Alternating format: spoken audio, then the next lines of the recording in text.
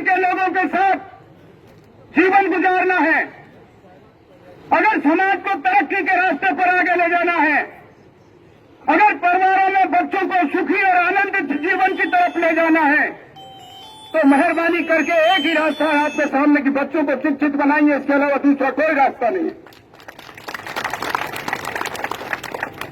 बच्चों को पढ़ाने का काम करिए। राम अवतार जी का परिवार, एक बच्चा बिजली विभाग में नौकरी ले रहा है, पिछले 5-7 दिन से मेरे से फोन पर लगातार संपर्क में रहा है और इस प्रोग्राम के लिए मुझसे बातें की थी। मैंने उनको कहा बहुत अच्छा, आप हमारे गोत्र के भाइयों को एक जगह इकट्ठा करके और मिलाने का काम कर रहे हो, इससे बढ़िया कोई दूसरा काम हो नहीं सकता। और इन्होंने आज ये नजारा हमारे सामने पेश किया है। और दूसरी एक बात आपके सामने मैं कहना चाहता हूं, राम राम। आप लोग बहुत से भाई मेरे से नाराज भी होते हैं, लेकिन मैं कहता जरूर हूं सच्ची बात को, और मेरे जीवन का संकल्प भी है। मैं मेरे समाज को नशा मुक्त देखना चाहता हूं। नौजवान पीढ़ी नशे की चपेट में बहुत तेजी से जा रही है।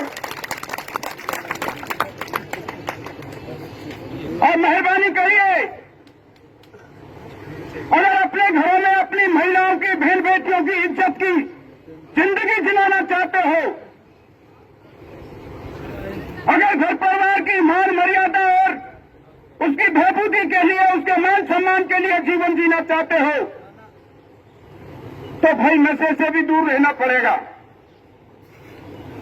आप देख लेना, कोई भी भाई चाहे किसी भी प्रकार का नशा करता है, सम्मान तो बहुत दूर की बात है, घर की महिलाएं उसका आदर नहीं करती, उसका मान सम्मान नहीं करती है, और उस घर में शांति भी नहीं रहती है। नशा करने वाला व्यक्ति सबसे पहले अपनी मां बहन के जेवर को बेचता है, उसके बाद जमीन जायदाद को बेचने का काम करता है और अपने बच्चों का गला काटता है। तो मेरी आपसे प्रार्थना है, इन दो चीजों को जीवन में अपनाइए। और इस मौके पर एक बहुत बड़ी लड़ाई जो लड़के गए हैं हमारे स्वर्गीय कर्नल बैंसला साहब, उनको भी याद करना चाहता हूं आपके बीच में, और स्वर्गीय राजेश पायलट साहब को भी याद करना चाहता हूं आपके बीच में। इन दो शख्सियतों ने हिंदुस्तान में अगर कहीं पर कोई जज्बा पैदा किया तो ये पहचान दिलाने का काम किया कि हिंदुस्तान में कोई गुजर जाति भी रहती है और मान सम्मान से जीना चाहती है। और उनका सपना था, पायलट साहब कहा करते थे कि जब तक गरीब किसान मजदूर का बेटा उन आईएएस और आईपीएस की कुर्सियों पर नहीं बैठेगा जहां पर ये देश के लिए नीतियां बनती है, तब तक इस देश का विकास नहीं हो सकता।